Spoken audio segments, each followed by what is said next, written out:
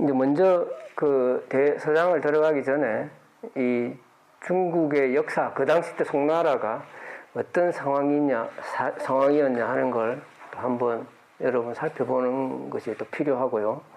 또 한번 또 중요한 건 이 중국의 선종이 달마 스님부터 시작해서 어떻게 지금 변해왔는가. 달마 스님이 그 숭산 소림사에서 그게 허난성이죠. 지금 하남성. 거기에 소림사에서 9년간 면벽하실 때가 520년이란 말이죠. 520년. 거기에 비하면 지금 이 송나라는 거의 500년이 지난 거잖아요.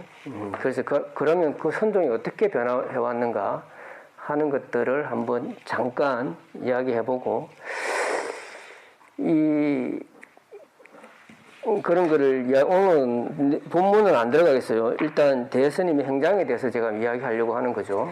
대스님의 행장을 먼저 하기 전에 그런 것들을 한번 이야기해 보려고 해요. 자, 송나라가 979년에 성립이 돼서 정확하게 300년간 지탱이 돼요. 300년 뒤에 1279년에 망하게 된다고. 어디다 망합니까, 송나라가? 몽골, 칭기스칸, 몽골 쪽에 망하죠. 우리나라도 그때 침략을 당하잖아요. 그래서 원나라가 탄생한단 말이죠. 근데 원나라가 그 몽골에 침략 당하기 전에 계속 북쪽 그 여진 쪽이나 거란 쪽에서 계속 침략을 당해요. 그래서 이 송나라가 개국하고 한 100년쯤 뒤에 금나라라는 나라가 있었는데, 위에 금나라가 침략을 당해요. 침략을 당해서 그 송나라 때 그때 수도가 이제 개봉이라고 하는데 그게 함락이 돼버려요. 그래서 이제 그 왕이 저 밑쪽 양자강 하루 쪽으로, 그 한번 지도만 보세요. 지도.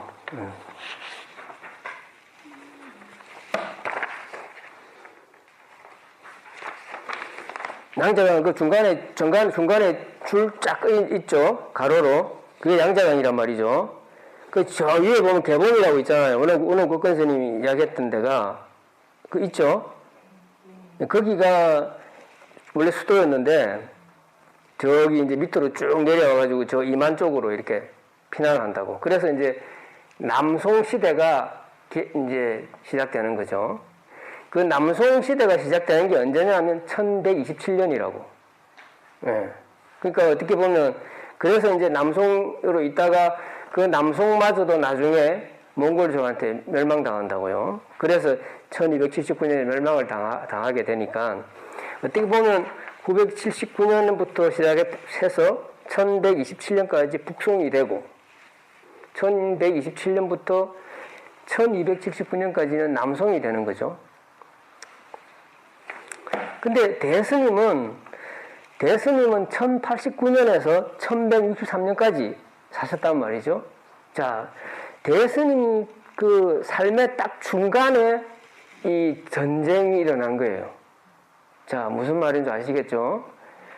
이제 전쟁이 일어나서 북송에서 남송이 되었으니까. 그래서 어떻게 보면 이 대스님은 전쟁의 한복판에 당신 인생을 보낸 거예요. 이 전쟁 난리통에 가만히 앉아가지고 달마스님처럼 면박하고 앉아있을 수가 없는 거죠. 그렇죠? 전쟁하는데 내가 이 집에서 편하게 앉아있을 수 있습니까? 그래서 그 당시에 이제 이 대스님 이전에 묵조선이라고 지관타자라고 그냥 가만히 앉아있는 게 삼선이다. 이런 주의죠.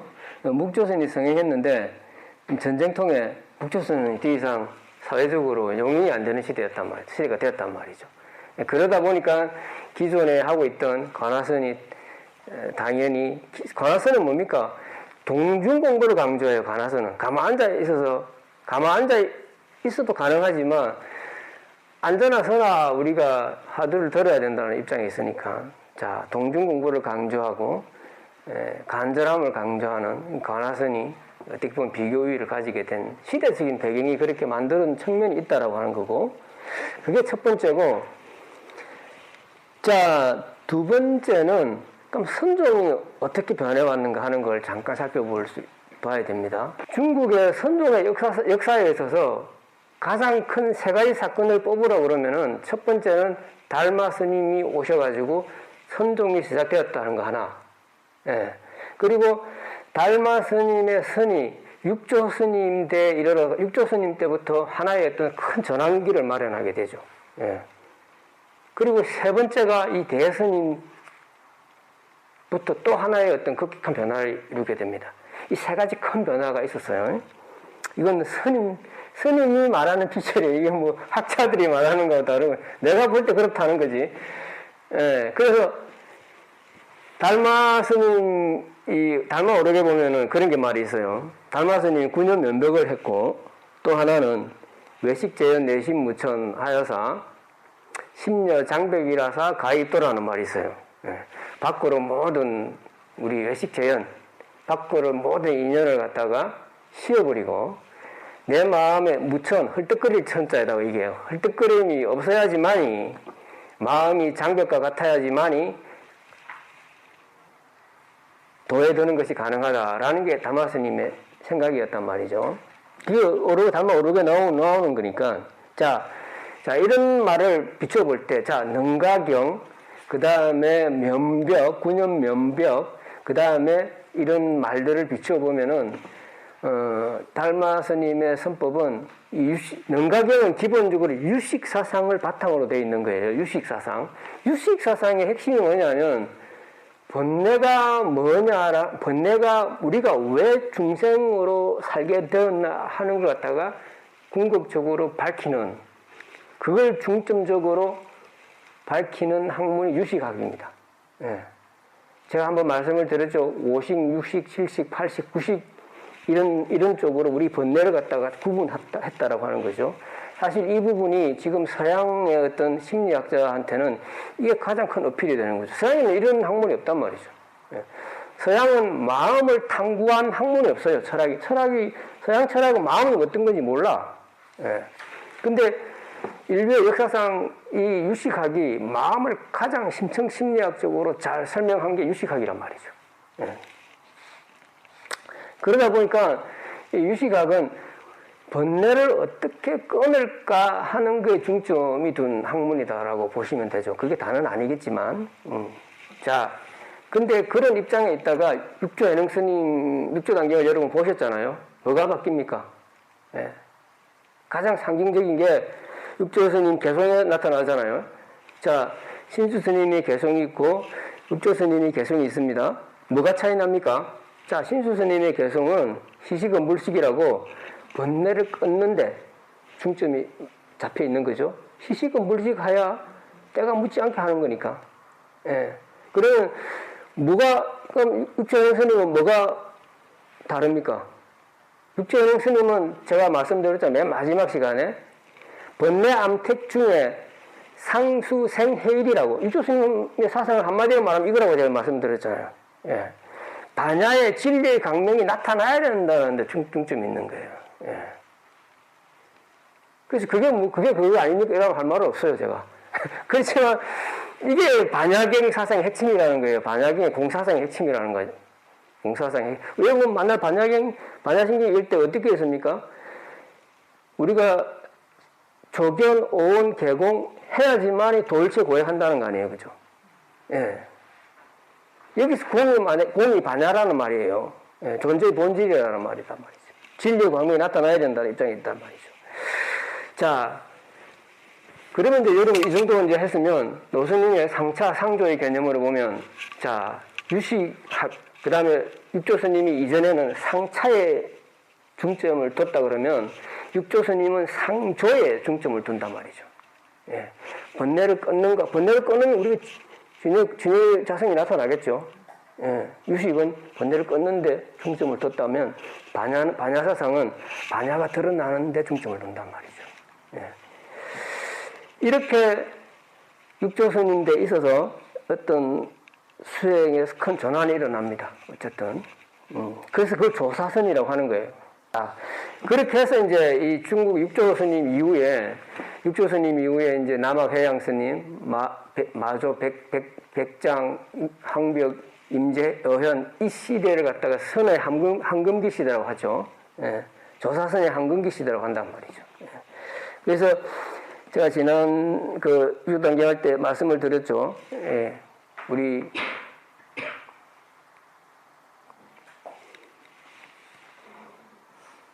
강호재연이라고 할 때, 그 강호재연처럼 수많은 선지식이 배출된 시기가 바로 이 시기였단 말이죠. 인류의 역사상 이렇게 많은, 선지식이 배출된 예가 BC 5세기 전 이전 외에는 없단 말이죠. 그 이후에 또 없었고, 예. 그럴 정도로 많은 선지식이 이때 태어나고 배출되었다고 봐지는 거죠. 근데 그럼 대스님에서는 그럼 어떻게 제가 세 번째를 이야기했는데 뭐가 다를까? 예. 자, 그러면 이 조사선이 이게 활발발 할 때는 별 문제가 없었는데 이제 어떤 현상이 일어나게 되냐면 이제 이 조사선이라고 하는 것은 이 부처님 경전보다도 이 조사와 제자들 간의 선문답을 갖다 굉장히 중요시하게 되는 거죠. 예. 지금 바로 이 자리에 선문답 하는 걸 통해서 깨달음으로 나아간단 말이죠, 조사선은.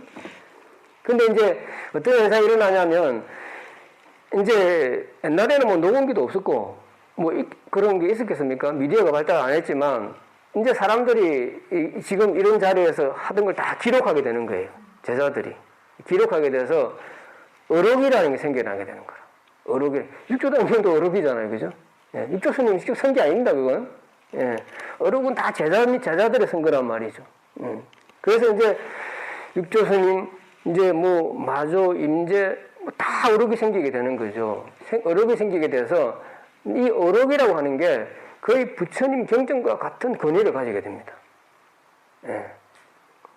그래서 이제 나중에 이 제자와 선지식 간의 문답을 통해서 이제 스님들이 거량을 하게 되고 서로 선문답을 하게 되고 이게 하나의 수행 방법이 되어버리죠. 그 반면에 이제 그런 것들이 쭉 비록으로 내려오면서 하나의 어떤 이상한 이 선이 문자 선화가 되어간다는 거죠. 그런 병폐가 생겨나기 시작합니다. 그냥 우리가 이 앉아서 자선하는 것보다는 그냥 우리 이 어록을 외우고 서로 문답하고 시를 개성을 짓고 이러한 선을 야호선이라고 하기. 이 대스님은 이 선을 야호선이라고 해버린다고. 야호, 여기 호자라고 하는 게 여우라는 뜻이에요. 예. 이건 사람이 하는 선이 아니고 여우가 하는 선이라고 강렬하게 비판해버린단 말이에요, 대스님이. 그래서 이제 이 조사선이 이 송나라 때 들어와서는 문자선화, 앵무새선화가 되어버립니다. 예. 아르마리선이 되어버리는 거죠. 예. 그 문자선화의 백미가 뭐냐면 원호 극근스님이 쓴 백암록입니다. 그걸 선종의 제1서라고 하기도 하는데, 예. 이 대스님대 와서 아주 중요한 사건이 일어납니다. 자, 백암록의 저자가 누군지 아십니까, 여러분? 원호 극근스님이에요. 그죠? 원호 극근스님이 누구냐 하면 대스님의 언사스님입니다. 대스님이 법사스님입니다. 법사스님이 만든 책을 대스님이 태워버립니다. 예, 책만 태운 게 아니라 중국은 우리는 지금 책 만들려면 컴퓨터에 입력시켜가지고 뽑지만 옛날에는 그렇게 안 했거든. 다 목판을 만들었단 말이죠. 목판을 만들어가지고 그걸 인쇄한 거 아니에요? 이제 묵으로.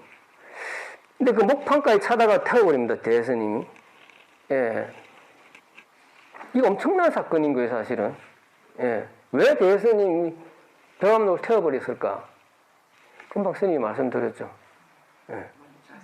그게 너무, 그런 병폐가 너무 심했다라는 거죠, 그 당시에. 예.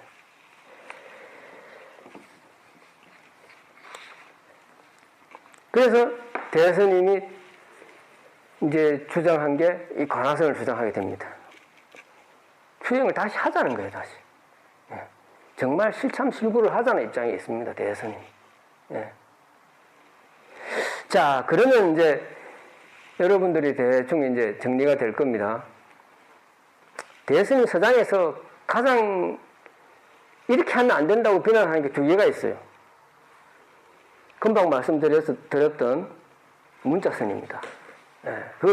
그걸 대선님은 야호선이라고 이야기해버린단 말이죠. 이 사람이 하는 게 아니다. 여우가 하는 거라고 이야기해버리고. 자, 우리 그 말이 있죠. 정도가 이런 말이 있습니다. 수중착올쟁염덕이라는 말이 있죠. 수중착올쟁염덕. 물 위에 있는 달을 원숭이가 잡으려고 하지만 그게 잡을 수 있겠느냐라는 말이죠. 물속에 있는 달을 원숭이가 막 잡으려고 해요. 달을 우리가 따는 게 목적. 근데 설령 그게 원숭이가 잡는다 하더라도 진짜 달이 아니잖아요. 물속에 있던 달은. 이게 무슨 비유냐면 우리가 망념으로 깨달음을 찾아가려고 하는 것은 원숭이라는 건 우리 분별의식이에요. 아르마리로 깨달으려고 하는 것은 원숭이가 물속에 있던 달을 잡으려고 하는 것 같아서 결코 이루어지지 않는다고 하는 거예요. 예. 그런 점에서, 그런 의미에서 이 문자선을 아르마리로 수행하는 것들을 굉장히 비판합니다. 첫 번째, 대선님이. 그 다음 두 번째는 뭡니까?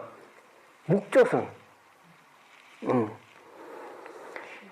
묵조선을, 아까 제가 말씀을 드렸죠. 우리 전쟁 피난 시대를 겪었다고, 대선님이.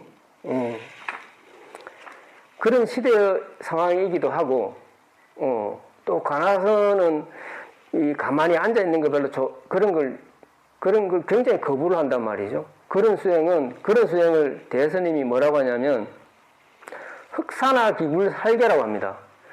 흑산 밑에서 기신굴을 지어서 살림살이를 삼는다라는 말이죠. 예. 여기 흑산이라는 게 뭐예요? 흑산, 시커먼 산이란 말이죠. 그러니까 아무도 살지 않는, 쓸모없는 산에 거기다가 기신굴을 지어가지고 살려고 하는 거란 말. 우리 가만히 앉아있는 걸 그렇게 표현했단 말이죠. 예. 다 쉽게 이야기하면 다 그 쓸데없는 짓이라는 말이죠. 예. 야호선하고 비슷한 아주 맹렬하게 비판을 해버립니다.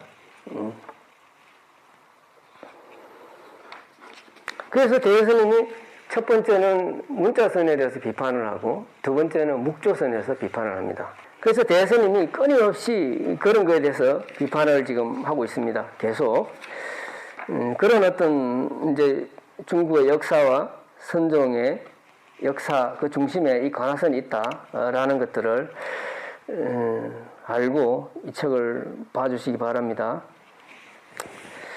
자, 그러면 대스님의 선사 행장을 한번 볼까요? 스님이 나눠준 거 한번 보세요. 자, 대스님은 1089년에 안희성, 선주, 영국편에서 태어났어요. 저 보면 선주 있죠? 동글방이 친 게 있어요. 그 오른쪽 위에 있어요. 선주 거기서 태어났단 말이죠. 예. 성은 해요. 자는 담해고, 호는 묘이고, 호는 묘이 대로 또 불렸고, 휘는 종구고, 시호는 보각이다. 여러분 이거 호하고 희호하고 시호 구분할 줄 압니까? 다 처음 듣죠? 자, 오늘 제가 설명해 드릴게요. 자, 이게 자라는 게 있잖아요. 자라는 게 뭐냐면 우리가 지금은 이런 게 없죠, 우리나라에. 근데 이제 결혼하면은 성인이 되면은 어른들이 이름을 또 새로 지어준단 말이죠. 그걸 자라고 한다. 중국에는 이 벼슬 하는 사람들이 다 있더라고 보니까. 지금은 그런 게 없잖아요. 예. 이 호라는 게 뭐냐면 호는 이게 예를 들면 우리가 그런 게 있잖아요. 우리가 태어나서 우리 지금은 태명이 있잖아요. 태명. 어린애들 태아에 있으면 태명을 지어주기도 하고 또 태어나면 지금은 없는데 우리 어릴 때마다 그런 게 있었어요. 아명이라고 따로 있었어. 주민등록증에 이제 기록하는 걸 이름이라 그러고 안명이라는 게 따로 하나 있었잖아요. 그죠? 뭐야, 부르기 좋게 하는 게 하나 있었다고. 그런 게 있고, 또 결혼하면 또 이름을 또 지어주는 게 이 자란 말이죠. 호는 뭐냐 하면은, 이건 우리가 지금 그 예명이라고 하면 되는 것이 예명. 무슨 말인지 알겠죠? 뭐, 가수들은 이름 다르게 자기가 짓잖아요, 자기가. 예, 또 미술하는 사람은 또 그 나름대로 또 짓거든.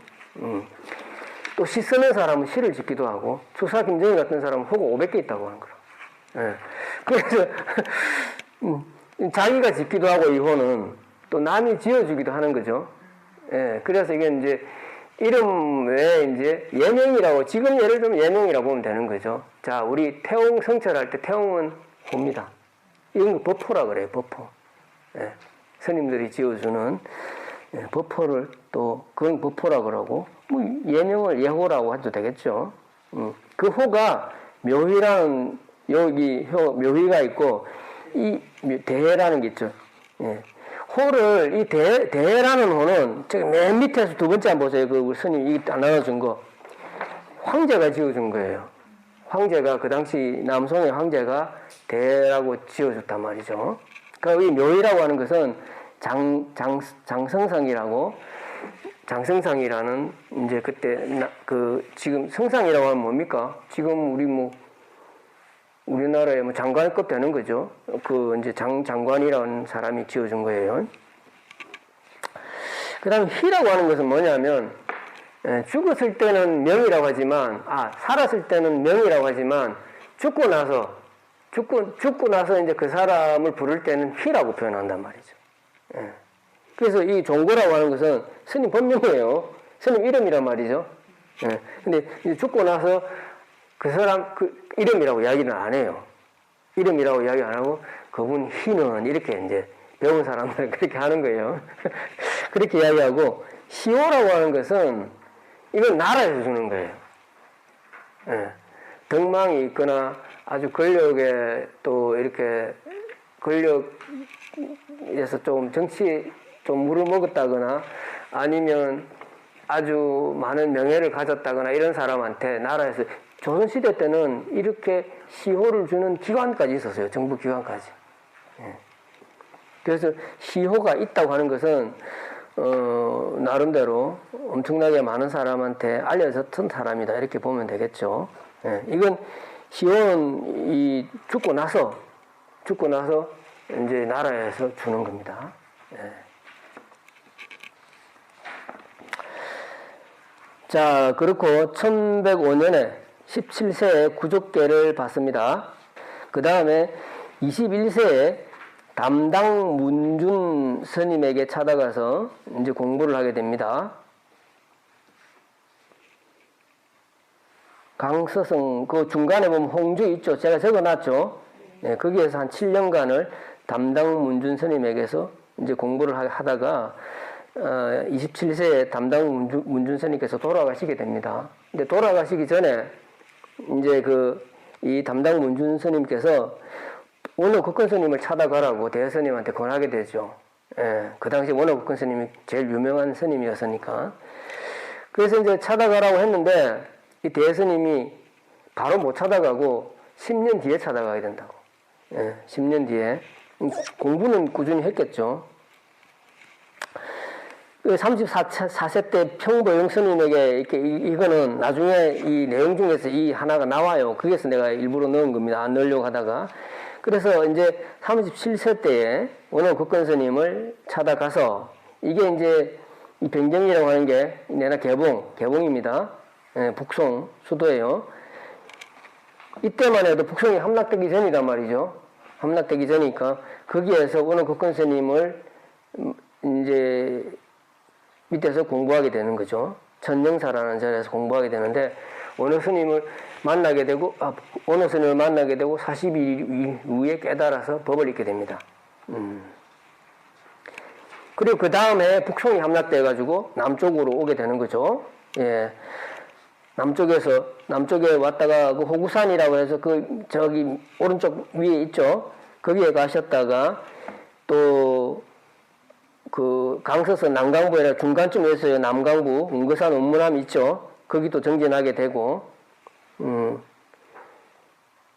거기도 지금 이걸 왜 적었냐면, 이 편지에서 다 나오는 내용들이라서 제가 적었습니다. 그때 보시면 돼요.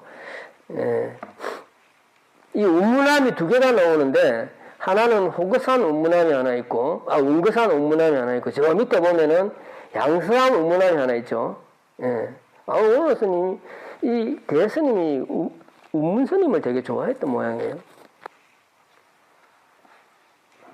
그러다가 1141년에 기양을 가게 됩니다. 53세 때 이 나이 먹어서 기양을 가게 돼요. 예.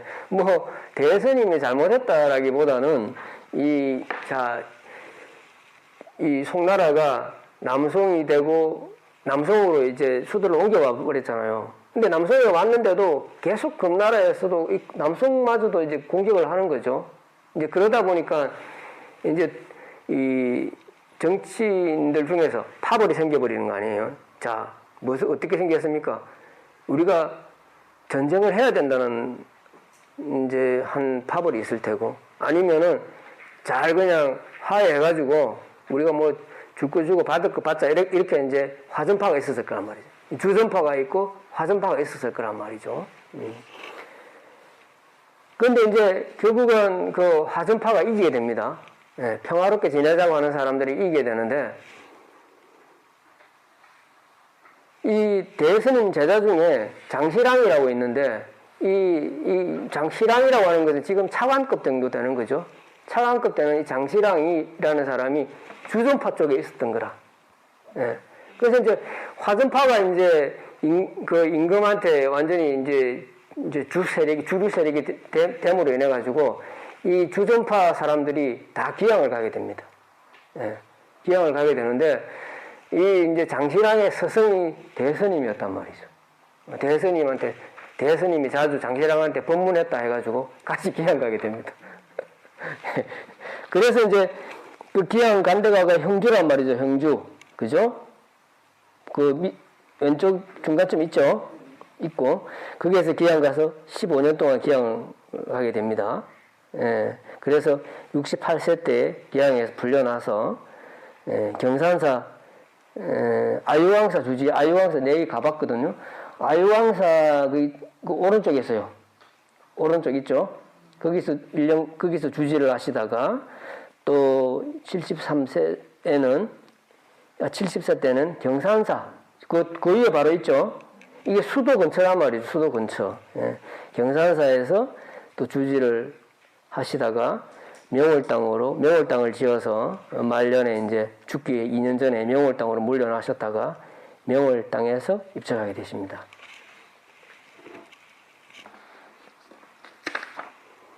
선생님 잘 만들어놨죠? 예?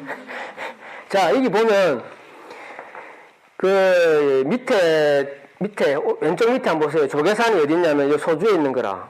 일조 스님, 해능 스님. 응? 조계산이 이쪽에 있었고, 그 다음에 유교단경을 여기서 했단 말이죠. 그 다음에 영가행각 스님, 신신명 정도관에 설한 데가 어디냐면 그 오른쪽 위에 온주라는 데가 있다. 온주가 거기 있다. 영가행각 스님이. 예. 거기에서 영가행각 스님이 계셨다라는 걸 내가 참고로 또 적어 놨습니다. 이거는 한다 욕봤습니다, 진짜. 근데 이게 다가 아니고, 자, 우리가, 원호스님이 어떻게 깨달았는가를 봐야 되겠죠. 그죠? 대스님 행장 중에서 그게 가장 중요한 거니까. 자, 한번 보십시오. 14페이지. 이 책 14페이지입니다.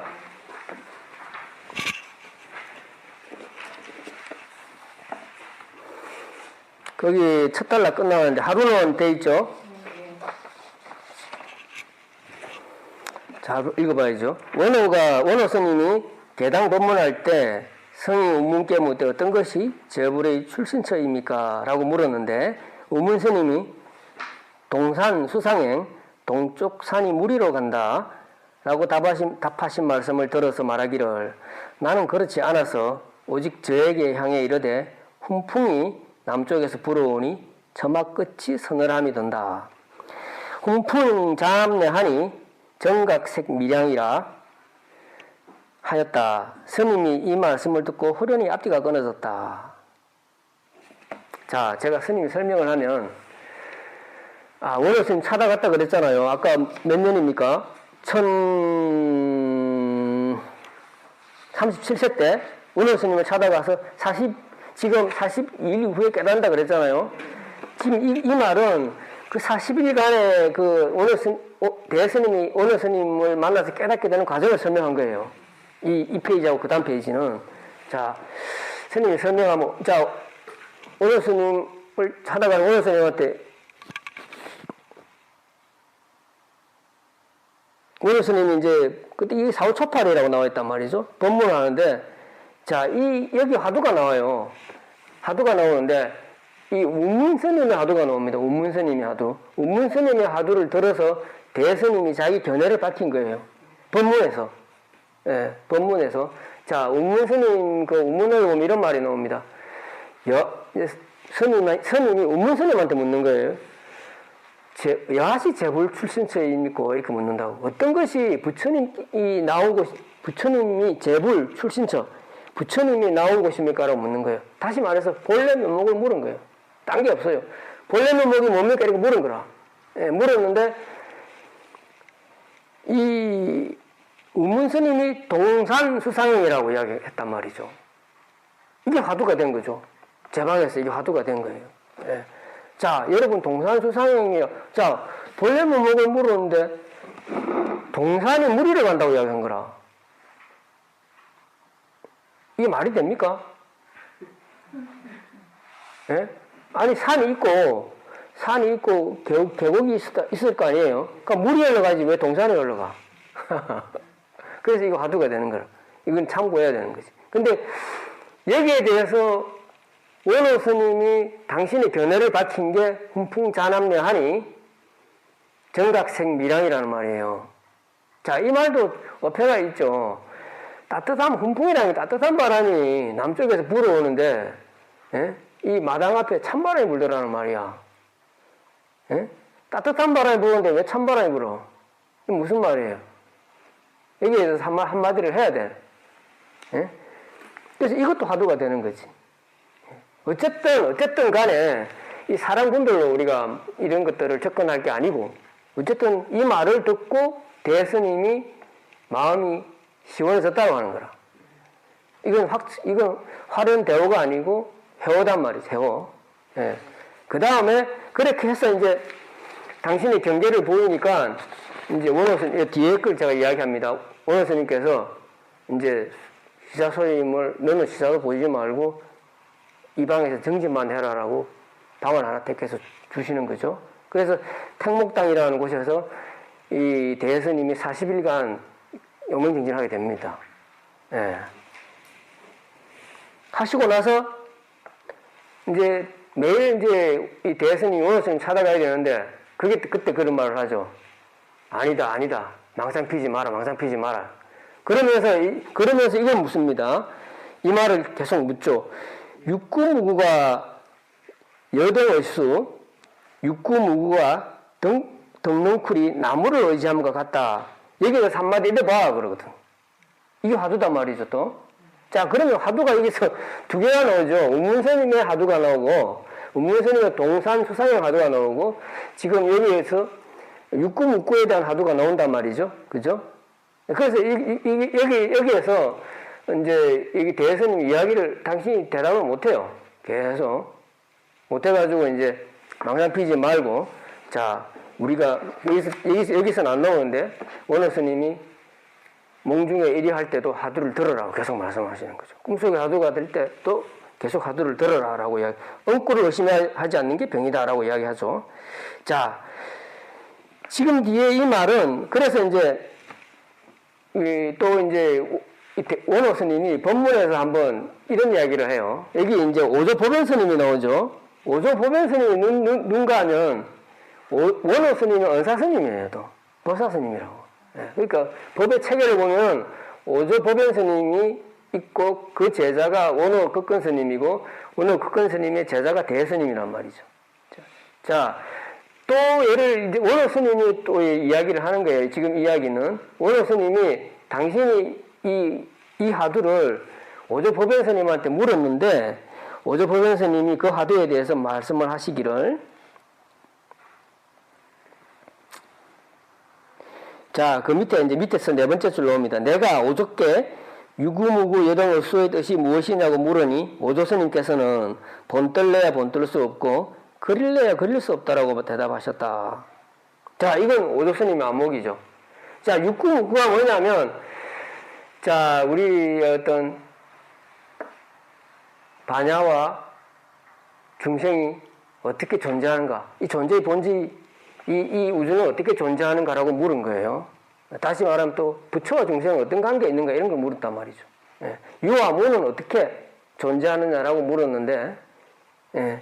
거기에 대해서 이제 이 오조 스님께서 본떨래야 본떨 수 없고 그릴래야 그릴 수 없다라는 거예요. 쉽게 이야기하면 스님이 이야기했던 거 똑같은 거죠.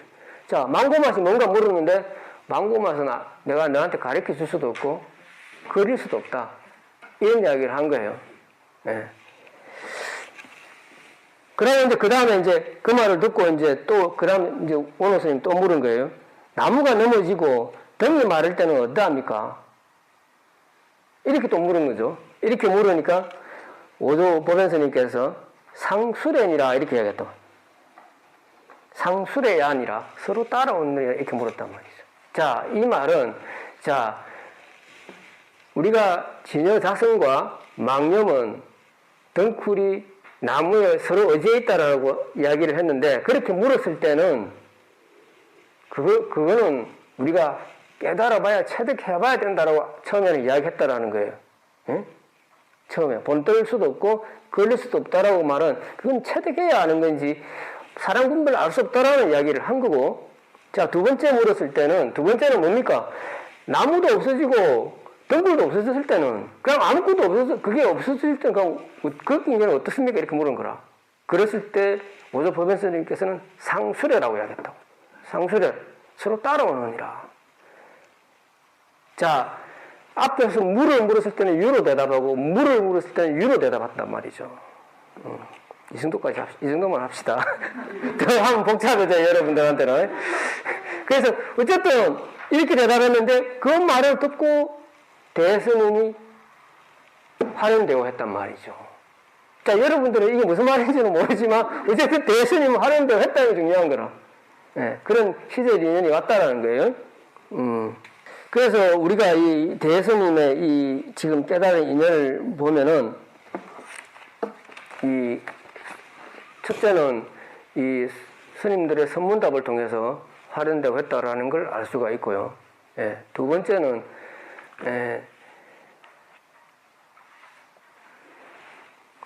이 화두 수행을 여기서 어떻게 보면 하나의 수행 방법으로 정형화시켰다라는 면이 보인단 말이죠. 예. 이 육조 스님 때부터 화두라는 게 있었단 말이에요. 예. 제가 육조 당경할 때 말씀을 드렸잖아요. 자, 남학해양 스님이 육조 스님한테 왔을 때 신마물 인말에서부터 이목구가 시작이 됐고, 두 번째 해영 스님이 가사를 뺏으러 왔을 때 불사선 불사하고 너의 본래 면목이 뭐냐라고 물었을 때 본래 면목이라는 화두가 시작했다고 말씀을 드렸죠. 자, 그래서 그때부터 스님들은 이런 존재의 본질에 대해서 참고한 거예요. 예. 쭉 해왔는데 어떻게 보면 이 대스님이 하나의 문자로서 이 관화선을 갖다 정형화시켰다, 완성을 시켰다, 이렇게 봐야 되는 거야. 이 대스님부터 관화선이 시작되었다, 이렇게 이야기하면 안 되는 거지. 하나의 수행 방법으로 완전히 완성이 됐다, 이렇게 봐야 됩니다.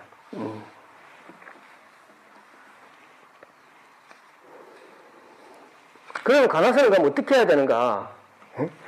관화선을 어떻게 해야 되는가라는 거는 우리 지금부터 이제 대스님이 계속 이야기하고 있는 거예요. 대스님이 계속 이야기하고 있는 거예요. 자, 제가 들어가기 전에 여러분께 관화선을 어떻게 해야 되겠는가 한번 지금 하기 전에 총 정리를 해놓고 들어가자고 구하고자 한다면, 수행 관화선을 어떻게 해야 됩니까? 라고 스님이 그러면 이 책을 다 읽고 한마디 해봐라 그러면은 나는 그렇게 여러분들한테 표현하겠어요. 오직 다만 법을 참고하라. 대스님 말은 여기서 벗어나지 않는다고 저는 생각합니다.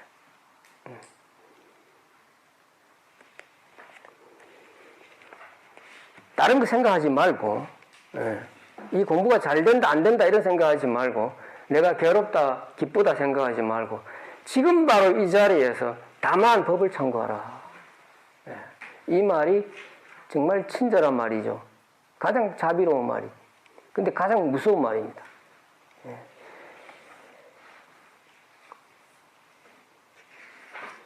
그래서 여기서 법이라고 하는 것은 여기서 우리 화두를 이야기하는 거죠. 화두. 예. 오직 화두만 참고하라는 말입니다. 예. 제가 육조단경을 여러분한테 9시간을 하면서 사실 이 말밖에 한 게 없어요. 사실은 저는.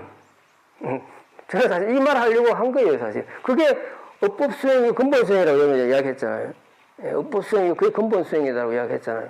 예. 제가 육조단경 첫 시간에 그 이야기를 했고 마지막 시간에 그 이야기를 했습니다. 여러분들한테 분명히.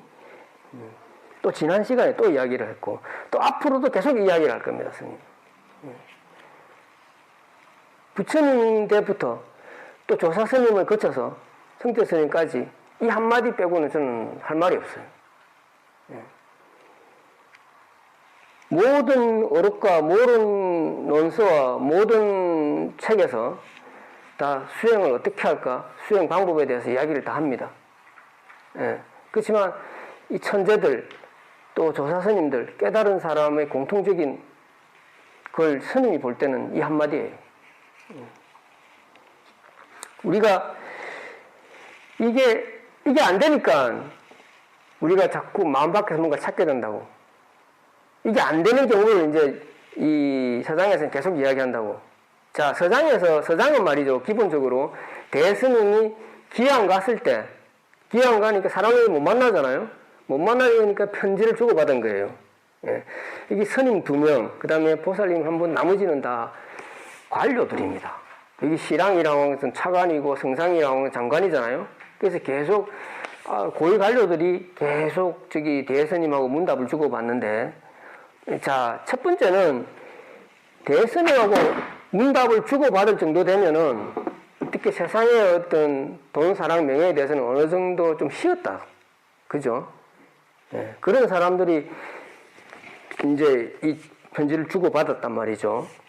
근데 우리 지금 참선을 처음 시작하는 사람들은 화두를 하라 그러면 잘 안 된다 그래. 예, 그 안 되는 이유가 어디 있겠습니까? 예? 내 마음밖에 관심이 너무 많아. 예? 내 마음밖에 그 오용락이 화두가 내 마음에 들어와야 되는데 못 들어오게 막아. 예. 오용락에 관심이 너무 많은 사람은 아니 수행을 하려고 안 해 아예. 그죠? 그게 우리 사바세계, 욕계세계에는 대부분 그렇겠죠, 사실은. 그래서 여러분들은, 여기 온 사람들은 기본적으로 거기에 대해서 어느 정도 정리가 됐다고 나는 봐요. 또 그렇게, 안 됐어요. 예? 그러면 오래 못 있어. 예? 나는 그런 사람에 필요한 사람이니까. 스님은 그런 사람에게 필요한 사람이에요. 예? 오용락에 관심 있는 사람한테 내가 줄 수 있는 게 아무것도 없어. 솔직히 이야기하면. 예. 그래서, 그렇지만, 머리는 스님 말이 맞아도, 아직까지 가슴이 움직이지 않는 사람은, 그게 관심이 있다는 거야. 내 마음 밖에서 뭔가 잘하는 게 있다는 거예요. 하고 싶은 게 있다라는 거야. 그러니까, 법에 대한 관심이, 그, 세속에 대한 오용락의 관심보다 덜한 거예요. 스님이 볼 때는 그런 거지. 맞습니까? 예. 어쨌든 내 마음 밖에서 내가 잘하는 게 하나 있어. 그 못 끊는 게 하나 있다고. 그래서 그게 꼭지가 떨어질 때까지는 좀 괴로움이 있어야 되는 거라. 예. 머리는 스님 말하는 거나 조사 스님 말하는 부처님 말씀하신 게 맞지만은 내가 세속에 또 얽매인 게 있으니까. 예. 그래서 그렇다고 포기할 수도 없잖아요. 포기하지 마세요. 포기한다고 해서 그럼 오용락이 해결이 되나? 그런 건 아니잖아요. 그래서 그런 어떤 알지만 못하는 그런 과정들이 좀 필요하다라고 보아지는 거고. 자, 그게 첫 번째 우리 흔히 말하는 수행하는 데 있어서 장애가 첫 번째 장애고, 두 번째 장애는 여기에 나와 있는 겁니다. 자, 이제 수행을 하려고 하는데 내 마음속에 들어가면 또 문제가 또 있는 거죠. 무슨 문제가 있겠습니까? 제가 지난 시간에 말씀을 드렸잖아요. 자, 끊임없이 생각이 나타나는 거죠. 예. 자, 두 개입니다. 전문용어로 이야기하면 도구와 산란심과 무기, 예, 산란심과 무기라고 이야기하는 거죠. 내 내면에 엎드리 저장되어 있단 말이죠. 그게 생각으로 저장되어 있는 거 아니에요. 예, 그래서 어느 정도 자 이제 바깥 경계가 좀 쉬어서 이제 정리가 좀 됐단 말이에요. 용량이 좀 돈, 사랑, 명예가 좀 정리가 되고 무상함을 느껴서 내 마음속에 들어갔는데 이 더 큰 적이 있는 거야 이게. 예? 그때부터 이제 이 내 내면에 있는 경계가 막 나타나기 시작한다고. 예. 이게 더 괴롭습니다. 예. 이제 산 넘고 물 건너 왔는데 이게 은산철벽이 딱 있는 거야 이제 더 큰 적이 있는 거야. 그래서 이때부터 정말 수행자는 이제 치열한 구도의 행각을 벌이게 됩니다. 그러니까 저는 여러분들이 그 과정에 있다라고 봅니다.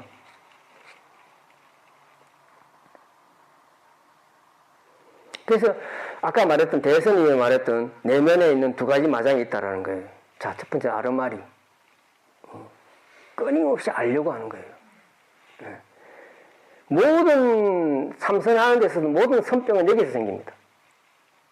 이걸 전문용어로 이야기하면 속효심, 치구심이라고 이야기하는 거라. 뭔가를 빨리 잡고 달성하려고 하는 거지.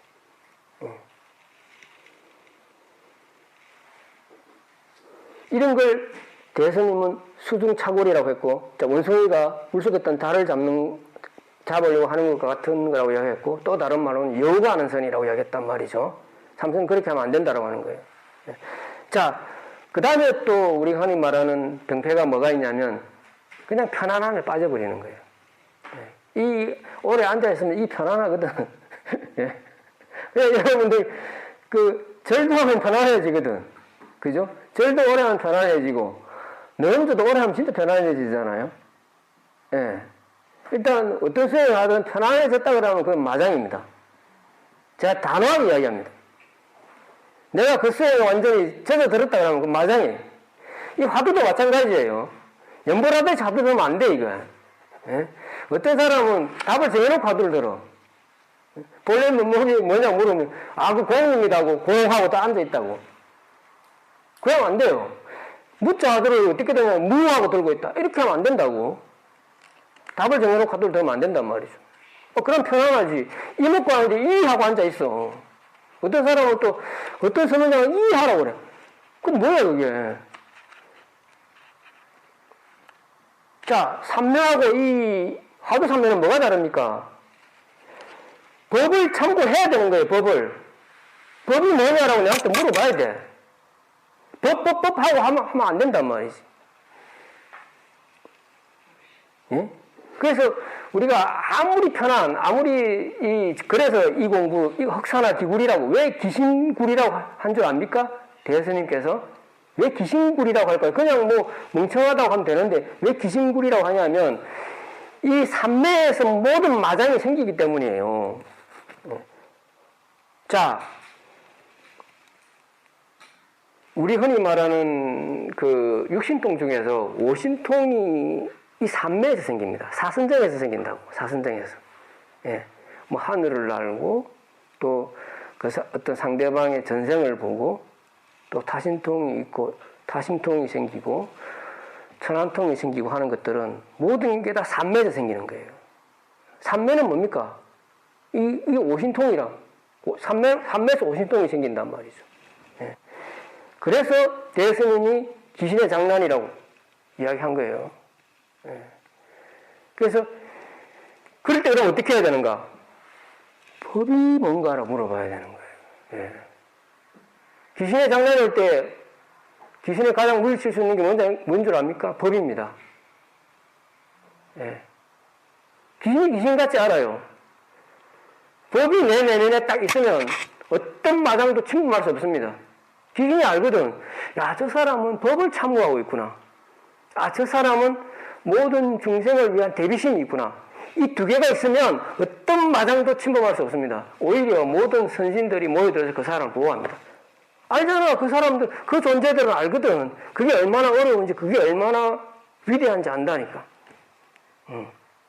그래서 우리가 마장이 들어오면, 귀신이 들어오면 퇴치하려고 하지 마세요.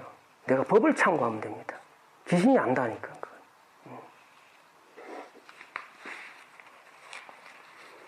그래서 우리가 내면에 들어가면 그런 두 마장이 생긴다 하는 것을 우리가 알아야 됩니다. 네. 자, 그럼 세 번째 이야기, 세 개 이야기를 했어요. 대스님이 계속 그 이야기를 하고 있습니다. 자, 첫 번째는 내가 내 마음 밖에서 뭔가를 잘하고 있는 게 있는가? 아니, 목표는 꼭지를 못한 게 있는가라고 살펴봐야 되겠죠. 반드시 있습니다, 여러분들은. 있으니까 이 공부를 안 해요. 두 번째는 내 내면에 들어가면 수행하다 보면 이 두 가지 기계가 나타나는 거라. 산란심과 산매에 빠지려고 하는, 산매에 들려고 하는 그런 두 가지 경계가 나타난다는 거라. 이거 알고는 있어야겠죠. 그래야 우리가 대처를 할 수 있을 거 아닙니까? 자, 마지막으로 제가 며칠 전에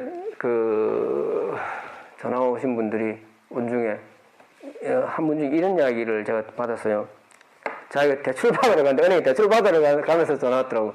그러면서, 스님, 내가 이렇게 살기가 어려운데 이 공부를 해야 됩니까? 전화 온 거라.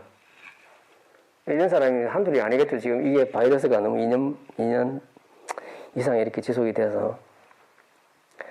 자, 여러분들도 다 그런 그 정도, 어느 정도 있을 거라고 다 보죠. 세속에 살면서. 제가 그 사람한테 묻고 싶어요. 그러면 지금 힘들어서 공부를 못하면 돈이 많으면 이 공부를 하겠냐고. 내가 삼성의 이재용처럼 돈이 그래 수조 원이 있으면 그땐 이 공부 하겠냐고. 하겠습니까, 여러분? 너무 쉽게 얘기하는 거 아니에요? 그래요.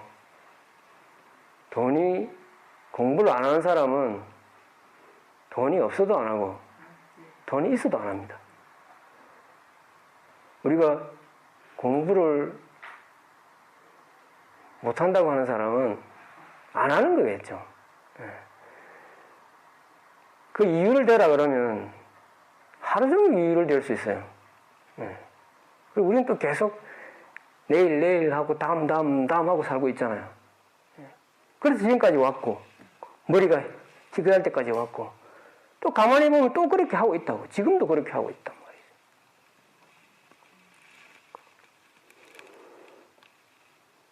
말이죠. 이 괴로움이 없으면, 고통이 없으면 이 세상에 아무도 수행하지 않습니다. 근데 막상 자기가 그 고통이 있으면 이 세상의 고통은 자기만 느낀다고 생각하죠. 이 대스님이 그런 이야기를 합니다. 그 괴로움을 느끼는 그 시절이 고시절이라고. 스님도 그런 이야기 많이 했죠. 이 사바세계의 고통은 이 사바세계 지구라는 별이 주는 선물이에요. 그 선물이 없으면 우리는 깨달음으로 갈 수가 없어요. 이 서당에서 이런 이야기가 나옵니다. 시절 인연을 관하라는 말이 많이 나와요. 시절 인연을 관하라는 말이 많이 나오는데 나중에 딱 보게 될 거예요. 자, 이 말은 두 가지 의미가 있습니다. 첫 번째 의미는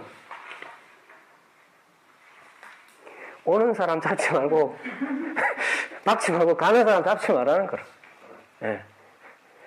이게 무슨 말이에요? 지금 이 오는 건 뭐예요? 슬픔. 가는 건 기쁨이에요. 그죠? 오는 건 나쁜 거, 가는 건 좋은 거란 말이죠. 그냥 사바세계 인연은 인연대로 그냥 그 인연대로 봐버리라는 거라. 거기에 내가 좋고 싫다라는 마음을 내는 순간 시절 인연을 관하지 않게 되는 거예요. 오는 거 막지 말고 가는 거 잡지 말라고. 그리고 두 번째 의미는 우리가 이 반야를 정득하게 되면 자연히 그렇게 됩니다. 자연히 그렇게 된다고. 이 공부가 뭐 기특한 게 특별한 게 있는 게 아니란 말이죠. 시절 인연을 관하려고 하고 정득하게 되면 시절 인연을 자연적으로 관하게 되는 거예요. 예. 자, 우리가 정진할 때는 망념으로서 법을 참고할 수밖에 없죠. 망념으로서 법을 보지만 정득하게 되면 법으로서 법을 볼 뿐이에요. 이거 외에는 아무것도 없어요. 특별한 게 아무것도 없다고. 시절 인연을 관하라. 이게 뭡니까? 내가 법을 참고하라는 겁니다. 지금 이 자리에서 오직 다만 우리는 법을 참고해야 됩니다. 이게 대스님이 말씀하시는 유일한 말입니다. 저는 확신을 합니다. 그리고 그게 가장 친절한 말이고 그게 가장 무서운 말입니다. 제가 저번에 이야기했죠. 제가 30년 동안 이거 했는데 이거 오직 그거 하는 사람 몇 번 못 봤다고. 예, 오직 이것만 하는 사람을 오직 법만 참고하는 사람 못 봤어요. 뭐 다른 걸 자꾸 해. 예? 다른 걸 자꾸 한다고. 예. 여러분이 만약 그렇게만 된다면 이 공부 안 될 이유가 없어요. 예. 제가 그건 장담을 합니다. 자, 열심히 합시다.